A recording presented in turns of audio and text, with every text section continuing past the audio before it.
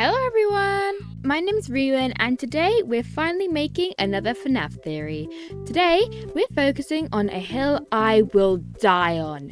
Gregbot.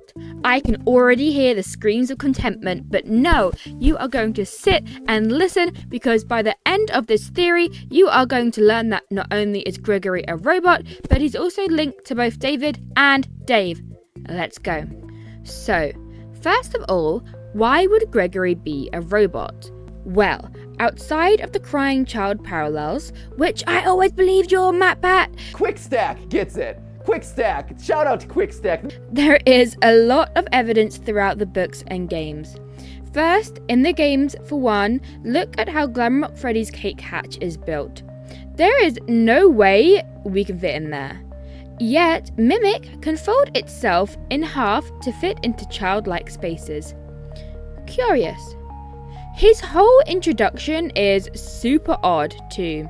He hesitantly stammers out that he's Gregory, yet throughout the entire rest of the game, he doesn't stammer once. Don't you think it's odd? You might consider that maybe he's nervous, but Escape the Pizzaplex clearly states the opposite. He's used to staying there, and he knows Freddy will save him. It's also likely he was hiding there to stay overnight. He's very confident throughout the whole night, even giving sass to Freddy. So, why would he stammer? Because that's not his name. It's David. Now, there's more evidence in Escape the Pizzaplex. It's specifically stated that Gregory can tamper with the animatronics, completely changing their code. Maybe he's just a smart kid, right? Wrong. Cassie's father works at the Pizzaplex and yet is unable to code as well as Gregory. She is, later in the book, able to hack into the system to free Roxy from Gregory's control, but Gregory is entirely changing the animatronic code, even making them dangerous to the point Monty kills Cassie in one ending if she doesn't hide well enough. It's so bizarre! He seems to have even wiped his existence off the system too. Vanessa can't find anything about him. Even more interesting, Gregory seems to be living within the Pizzaplex since we find what looks like shelters throughout the Pizzaplex. Even Gregory's clothes, if viewed with mods, all have Fazbear Entertainment LLC on them, implying even his clothes are from the Pizzaplex. It lines up with the homeless ending, whilst not technically a true ending, was 100% intentional. It's one of those details that I don't think was a miscommunication between Steelwall and Scott, since it's very difficult to misinterpret. There is no way that Gregory is a normal kid as stated in GGY. GGY is meant to tell us some things about Gregory, but being in a loving family is not one of them. I'd like to point out the patients as well. It would make sense that Gregory has killed his therapists if he felt threatened by them, like they would reveal his identity. However, Gregory being a robot has a lot more significant evidence when you look at the wider context and just why he's a robot. A specific kind of robot, mind you. A mimic. No, don't click off. Hear me out. I promise I cooked. First, why the heck would there even be a child mimic like this, especially one looking so similar to David and Dave Afton? Well, that brings us all the way back to Secret of the Mimic. F10N4 is set on rebuilding her family, her as Fiona, M2 as David. M2 definitely failed, but I don't think that was the end of it. I want to compare the height of Baby Mimic and Gregory. Based on this Reddit post, we can estimate Gregory is between 1.4 and 1.6 meters. For comparison, I needed to measure Baby Mimic. Now, the issue was there wasn't really anything around him we had the height for. What we likely could figure out, however, was Arnold's. First of all, I compared him in his adult form compared to Arnold when he's looking straight forward in the secret ending. So, I looked up if anyone had figured out Mimic's height, and they had. Lo and behold, I found a chart putting all the animatronics together with their approximate heights. The original Mimic is 7 feet tall, aka 2.13 meters. I now needed a shot where we were looking directly at Mimic, and oh boy was this hard. The issue is, Mimic is usually in a suit, which means he has changed his height. However, there is one scene where we are directly looking at the mimic when he breaks into the room. I guesstimated from this image where our eyeline sat, and also by straight up raising the laptop to my face so I could see where my eyes would sit. Now, this image does look complicated, so I'll explain what I did. First, I added 3 guidelines: the top of the mimic, the end of the mimic, and Arnold's eyeline. You may notice that the line for the top of the mimic is slightly higher than the image, and that's because I cross-referenced for the rest of the scene to see where he extends upwards to. Whilst they're not actual centimetres, I'll use the phrase just to make it easier to explain. Mimic is 24.3 centimetres tall in this image, and in real life, he's 213.36. So, we do 213.36 divided by 24.3 to work out the scale, which is 8.7802469136 centimetres, meaning each centimetre in the image is equal to 8.7 online. Since Arnold's eyeline is at 19.2 centimetres, we can then calculate his eyeline is at 168.5807 centimetres, aka 1.68 metres tall, aka 5'5". Now, he's obviously slightly taller than this, but it's his eyeline we need right now. We don't need his actual height for this, but I wanted to do it anyway. Typical foreheads are about 6 to 7 centimetres, so realistically, his height is around 1.7 to 75 metres tall, aka 5'7". Anyway, now of course it's approximate, but that's all we need for now. We now go back to the scene with Baby Mimic. Cross-referencing with later scenes, our eyeline sits here. We add an extra 2.4 centimetres to add to that. On the scale, considering 168.5 centimetres is the total distance, we divide that by 21.8 centimetres, which equals 7.729 as the scale. So, the length of Baby Mimic is 5.4 centimetres to 19.3 centimetres, which is 13.9 centimetres, times by our scale is 107 centimetres, aka 1.07 metres, aka 3.5. But that's not Gregory's. Stop it, we're not done here.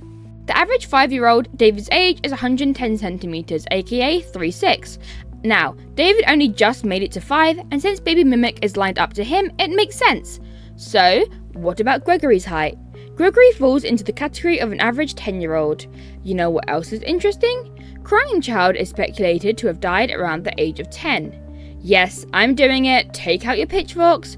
David Mimic is still around, stolen by William to put him back together, and is finally Gregory. That's right, people. There were 3 mimics. And how is there 3 mimics? Edwin is alive. Or at least was. Notice how in the parachute ending, heavily theorized to be true ending, the building explodes, but Edwin explicitly states, "I can't feel my legs." Not that they're gone, not that he's in pain, not that they're crushed. He can't feel them. It's fairly common knowledge that it's not hard to become paralysed if you're hit in the back. And by the sounds of it, to me, he's pinned under parts of the building, reaching out to M2. M2 didn't necessarily want him dead, he wanted the revenge, to become equal. You took my legs, I took your legs. We even likely see Edwin in the factory. Who else would be stupid enough to be walking around the mailbot room? Surely not William, he wouldn't be reckless like that. Not Henry, he knows how dangerous it is. Edwin is alive and he's out and about. What's he doing? Building M3, maybe even new legs for himself. If you want more parallels, look at this security breach ending, then put it beside the good ending from Secret of the Mimic. This is so incredibly intentional. Even the names of the children. David with the white tiger plush. Dave, maybe even short for David with his golden Freddy plushie.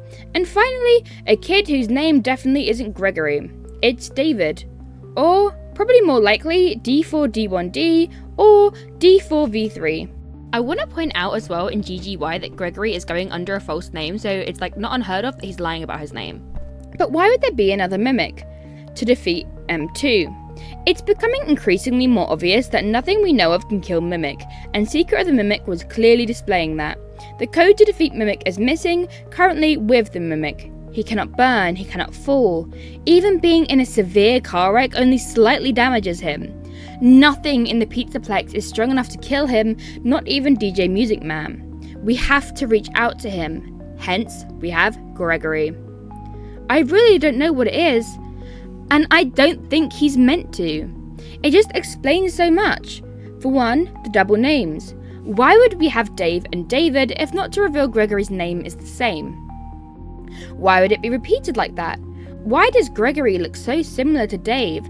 Because you have to admit, it's a bizarre design choice to have them dressed the same, if not canonically having a link. Why would Gregory stutter, if not to be hiding his name? Why are there robot children everywhere in FNAF if we do not have one, or more importantly, why not have one now in the games? The whole arc at this point is humanity versus AI, and when does AI become human? It ties everything up so perfectly. Let me guide you through what I think happened. First, we have David. I don't know how he's killed, whether it was just a freak accident, it was M1 or William, shout out to Billyish, but he's dead. So, Edwin tries to repair their family, make a robot David at M1's insistence. It fails. It's loose and it will hurt someone. So, he builds another, M3. But he tries to make a big difference here. The downfall of M2 was being shown the harsh sides of life. He wasn't loved. So, M3 will know love. Yet M2 goes crazy, breaking the factory so William steals it. He doesn't understand it until his son dies in a freak accident. He makes a fresh exoskeleton based on his deceased son Dave. M3 extends, no longer the image of a 5-year-old, but of a 10-year-old. Yet something goes wrong here, too. M3 can't imitate what he barely knows. He tries, but he's not the same. Somehow, he ends up at the Pizzaplex.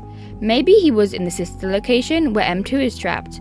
Maybe he was in the FNAF 6 pizzeria. Maybe he even just found it, finding familiarity and a place to stay. I don't think he even knows what he is yet either. When he does, when he realizes the truth, then he'll become the way to shut down Mimic. With empathy, with understanding. Mimic has never tried to hurt someone until Cassie, without some sort of reason. He broke Edwin's leg, as his were broken. He killed the Fazbear employees, protecting himself so his memory isn't wiped. He didn't even kill Arnold in the end, even though it would have been easy.